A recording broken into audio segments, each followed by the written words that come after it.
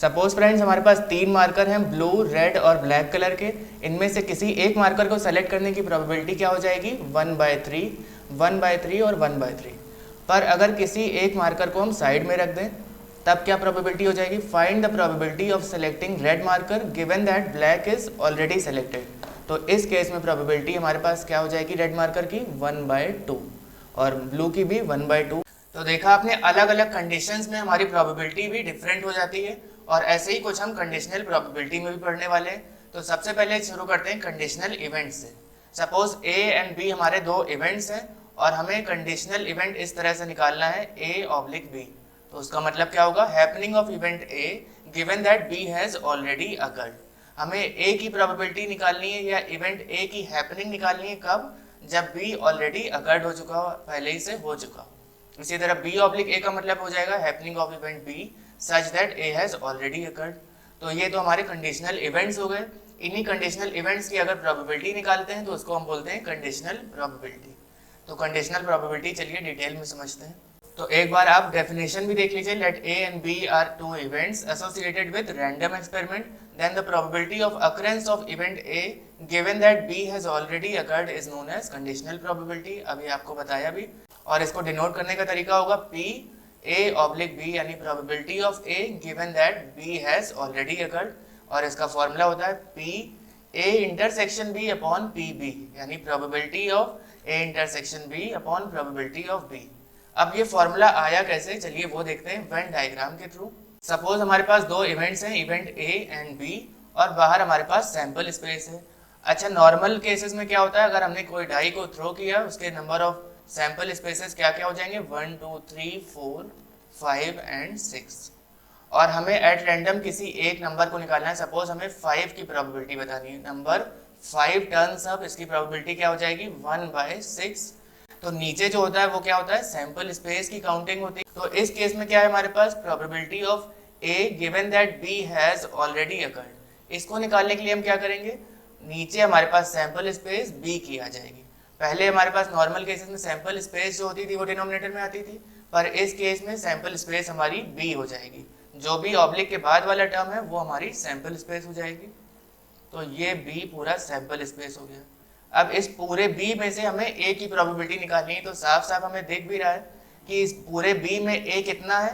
केवल ये वाला पोर्शन, यानी A इंटरसेक्शन B वाला पोर्शन ही तो केवल A है।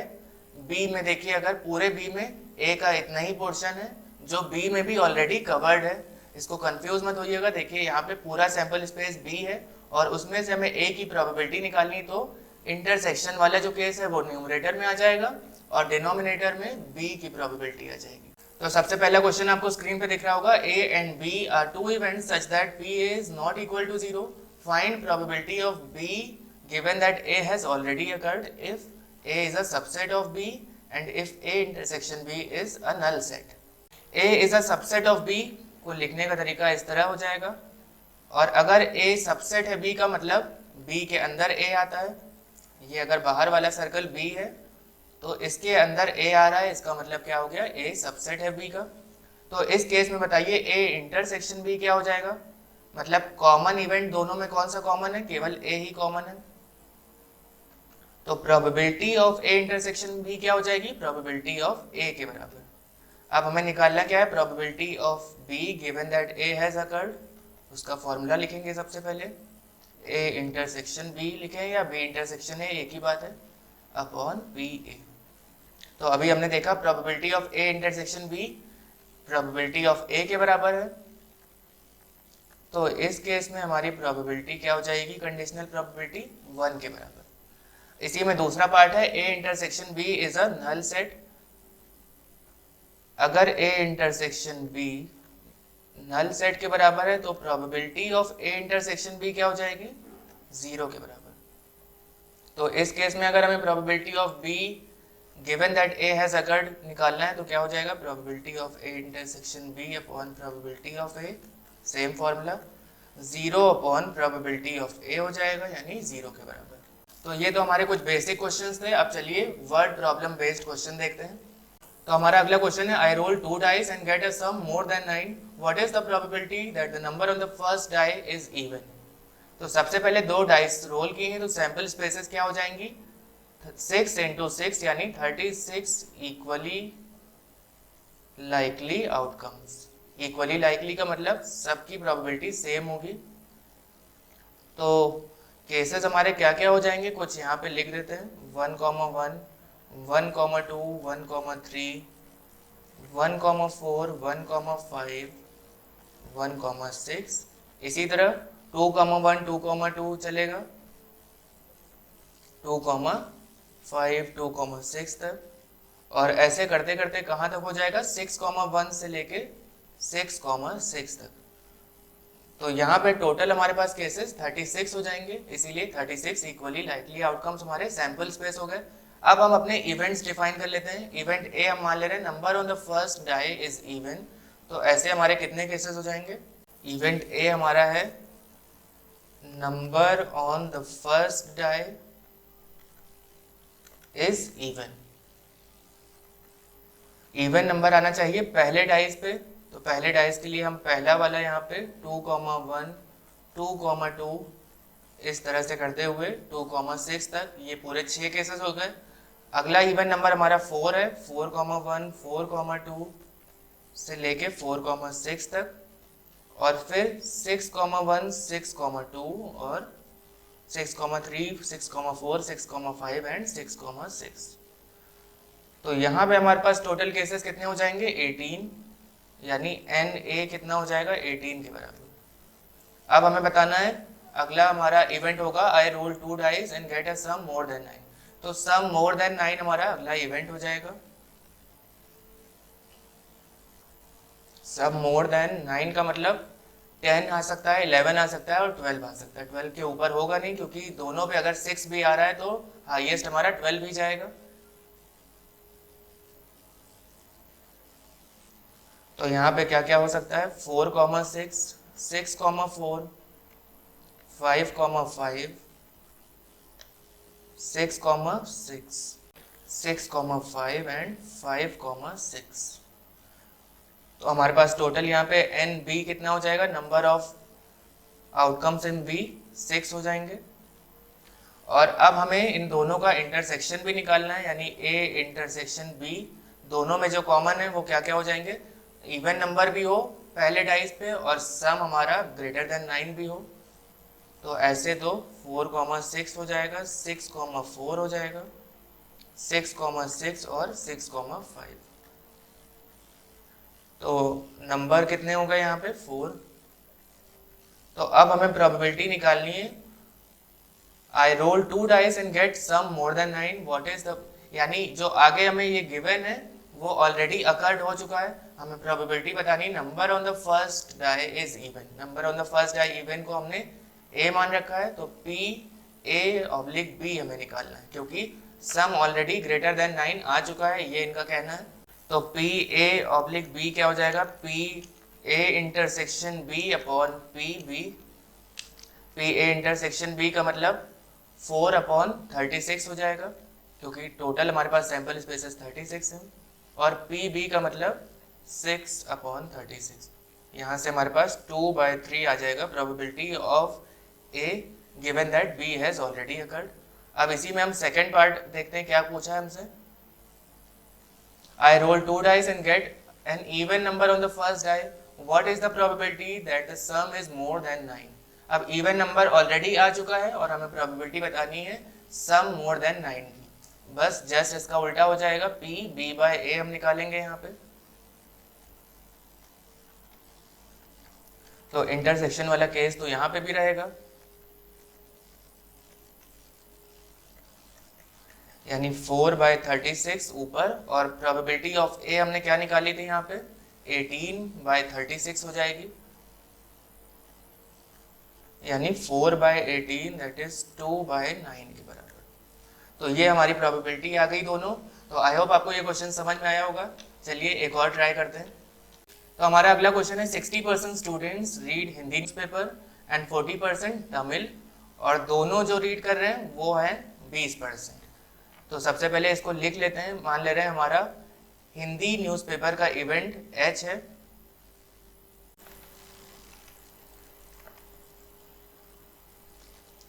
और तमिल के लिए टी मान लेते हैं। तो probability of reading Hindi newspaper given हमें कितना 60%, यानी 60/100। परसेंटेज का मतलब अपॉन 100 होता है। और probability of reading Tamil newspaper कितना है 40/100। दोनों के लिए यानी इंटरसेक्शन हो जाएगा PH इंटरसेक्शन T या T इंटरसेक्शन H, एक ही बात है, 20/100। तो ये डेटा हमें गिवन है। तो हमें यहाँ पे प्रोबेबिलिटी क्या बतानी, student selected at random reads Tamil newspaper given that he has already red Hindi newspaper. तो ऑलरेडी रेड हिंदी न्यूज़पेपर का मतलब ऑब्लिक के बाद H आ जाएगा, T/H। तो ये हमें फर्स्ट पार्ट में निकालना है। और सेकेंड पार्ट में Hindi newspaper given that he has already red Tamil newspaper. तो इस केस में क्या हो जाएगा, तमिल उसने रीड कर लिया है तो वो हमारा सैंपल स्पेस हो जाएगा, यानी H/T हो जाएगा। और थर्ड पार्ट में हमसे पूछा है नीदर हिंदी नॉर तमिल। तो नीदर हिंदी नॉर तमिल को बाद में देखेंगे, पहले PT/H का देखते हैं। फॉर्मूला हो जाएगा PH intersection T upon PH। तो H इंटरसेक्शन T का मतलब क्या हो गया 20/100। और हिंदी न्यूज़पेपर कितने लोग रीड कर रहे हैं, कितनी प्रोबेबिलिटी 60/100, यानी 1/3 के बराबर। इसी तरह यहाँ पे भी फॉर्मूला ऊपर सेम रहेगा न्यूमरेटर में, डिनोमिनेटर में जो बाद वाला टर्म है वो आ जाता है, तो PT हो जाएगा 20/100 अपॉन 40/100, यानी 1/2 के बराबर। अब हमें थर्ड पार्ट में निकालना है नीदर हिंदी नॉर तमिल। इसका मतलब probability of H0 intersection T0, यानी हिंदी भी नहीं और तमिल भी नहीं, तो इसको ऐसे ही लिखते हैं। और ये फॉर्मूला आपको ऑलरेडी पता है किसके बराबर होगा, 1 minus probability of H union T। इसका मतलब क्या हो गया, अगर हमें नाइदर हिंदी नॉर तमिल निकालना है तो 1 में से हम आइदर हिंदी और तमिल वाला केस सब्ट्रैक्ट कर देंगे। तो यहाँ पे हो जाएगा हमारे पास 1 minus probability of Hindi plus probability of Tamil minus probability of H intersection T। तो ये हो जाएगा 1 माइनस प्रोबेबिलिटी ऑफ H, यानी हिंदी न्यूज़पेपर कितना है 60/100, प्लस तमिल के लिए 40/100 minus probability of H intersection T का मतलब यहाँ पे गिवन है 20/100। तो अंदर हमारे पास आ जाएगा 80/100। 1 माइनस 80/100 का मतलब, तो यहाँ से हमारे पास आ जाएगा 1 माइनस 80/100, यानी कि 20/100। तो नाइदर हिंदी नॉर तमिल में 20/100 हमारी प्रोबेबिलिटी हो रही। इसको और सिंप्लीफाई कर लें तो 1/5। ऑलराइट, तो हमारा अगला क्वेश्चन है, in a certain school 20% students failed in English and 15% in mathematics and 10% of the student failed in both English and mathematics. A student is selected at random. If he is passed in English, what is the probability that he is also passed in mathematics? तो हमें पास होने की probability निकालनी। मान ले रहे हैं event E हमारा है इंग्लिश में पास होने का, और M मान लेते हैं मैथ्स में पास हो गए। तो यहाँ पे गिवन क्या है 20% फेल हुए हैं इंग्लिश में। इसका मतलब प्रोबेबिलिटी ऑफ E नहीं गिवन है, probability of E not given है। E नॉट क्या हो जाएगा, क्योंकि E हमने माना है पास होने के लिए, तो E नॉट हो जाएगा इंग्लिश में फेल होने के लिए। और इसी तरह M नॉट मतलब मैथ्स में फेल हो गए। तो यहाँ पे आ जाएगा हमारे पास 20/100, और probability of M not given है कितना 15/100। 10% दोनों में फेल हुए हैं, यानी probability of E not intersection M not given है 10/100।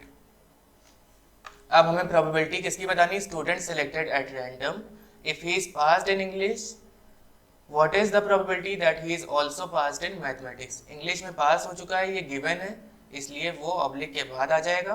तो हमें probability of M oblique E निकालनी है, जो कि होगी probability of m intersection e upon probability of e के बराबर। तो हमें क्या क्या डेटा चाहिए, m इंटरसेक्शन e चाहिए सबसे पहले। उसके लिए हम क्या करेंगे, ये e इंटरसेक्शन m भी लिखिए, एक ही बात है। तो यहाँ पे हम देख रहे हैं हमें गिवन है probability of e not intersection m not, और हमें पता है probability of e union m plus probability of e not intersection m not 1 के बराबर होती है। इसका मतलब क्या हुआ, आइदर और वाला केस और नाइदर नॉर वाला केस दोनों हम ऐड करेंगे तो 1 के बराबर होता है। ये हमारी प्रॉपर्टी होती है बेसिक। तो अब हमें यहाँ पे एक केस गिवन है तो हम दूसरा आसानी से निकाल सकते हैं। तो यहाँ से probability of E union M हो जाएगा 1 minus probability of E not intersection M not, यानी 1 माइनस 10/100, दैट इज 90/100। तो P E यूनियन M का मतलब क्या हुआ, probability of E plus probability of M minus probability of E intersection M। ये भी बेसिक फॉर्मूला आप जानते ही होंगे। तो यहाँ से हम प्रोबेबिलिटी ऑफ E क्या रखेंगे, E नॉट गिवन है 20/100, तो E क्या हो जाएगा 80/100। चाहे तो आप 1 माइनस 20/100 करेंगे तब भी 80/100 ही आएगा। इसी तरह प्रोबेबिलिटी ऑफ M यानी मैथ्स में पास होने के लिए क्या हो जाएगा 1 माइनस 15/100 यानी 85/100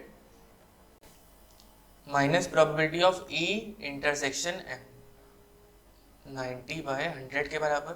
तो यहाँ से E इंटरसेक्शन M की प्रोबेबिलिटी हो जाएगी हमारे पास P E intersection M is equal to 165/100 minus 90/100। तो ये किसके बराबर हो जाएगा 75/100। तो ये हमारे पास 75/100 आ गया है। हमें निकालना क्या था, probability of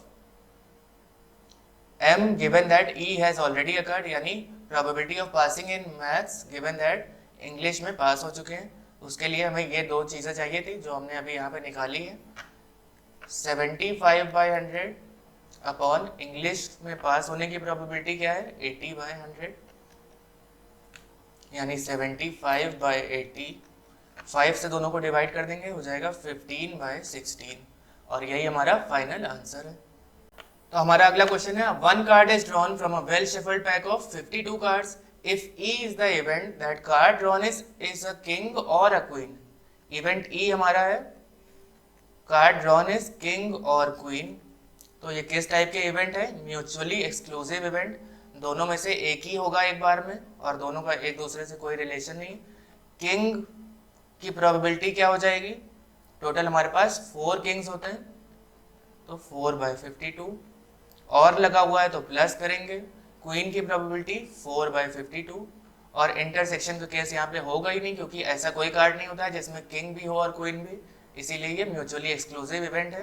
card drawn is queen और एन एस, या तो क्वीन हो या फिर एस हो, तो ये भी हमारे म्यूचुअली एक्सक्लूसिव इवेंट है। यहाँ पे भी इंटरसेक्शन वाला केस 0 होगा। तो क्वीन के लिए कितने हो जाएगी प्रोबेबिलिटी 4/52, टोटल 4 होते हैं, और एस भी हमारे पास 4 ही होते हैं। तो यहां से दोनों हमारे पास 8/52 के बराबर आ गए। अब हमें प्रोबेबिलिटी किसकी बतानी है, find the probability of conditional event E oblique M। पहले फॉर्मूला लिख लेते हैं यहाँ पे, P E intersection F upon P F। E intersection F का मतलब दोनों में जो कॉमन हो, किंग और क्वीन, क्वीन और एस, साफ साफ दिख रहा है केवल क्वीन वाला कार्ड कॉमन है, और क्वीन वाले कार्ड की प्रोबेबिलिटी क्या हो जाएगी 4/52 अपॉन हमारा सैंपल स्पेस क्या है F। F कितना हो गया प्रोबेबिलिटी हमारी 8/52, तो 4/52 अपॉन 8/52 हमारा क्या हो जाएगा probability of E given that F has already occurred 1/2 के बराबर।